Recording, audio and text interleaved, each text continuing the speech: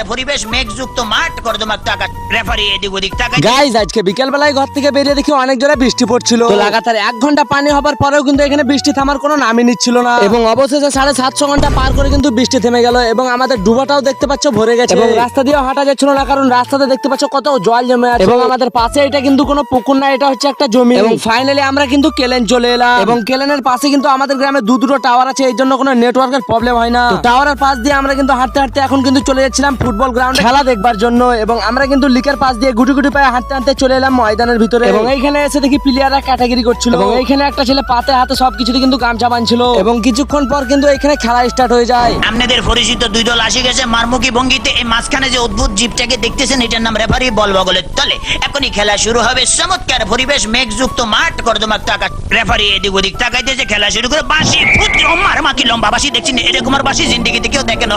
খেলা শুরু হয়ে গেছে, রেফারি বল ছাড়া তো তারা ছাড়ছে, বললে তারা ধুচ্ছে না, সামনে কোনো বল নাই, একজন আরেকজনের পিছিয়ে ধরতেছে, আর খালি লাত্তি মারতে আছে। কি সুন্দর শারীরিক ক্ষমতা দেখছি, খালি কাটতেছে। এবং খেলা দেখা কমপ্লিট করে আমরা কিন্তু এখানে বাড়ি দিকে চলে এলাম। তো গাইজ আমার ব্লগটা এখানে শেষ করলাম। এরকম চাংলা পাটা ভিডিও দেখতে ফলো করো।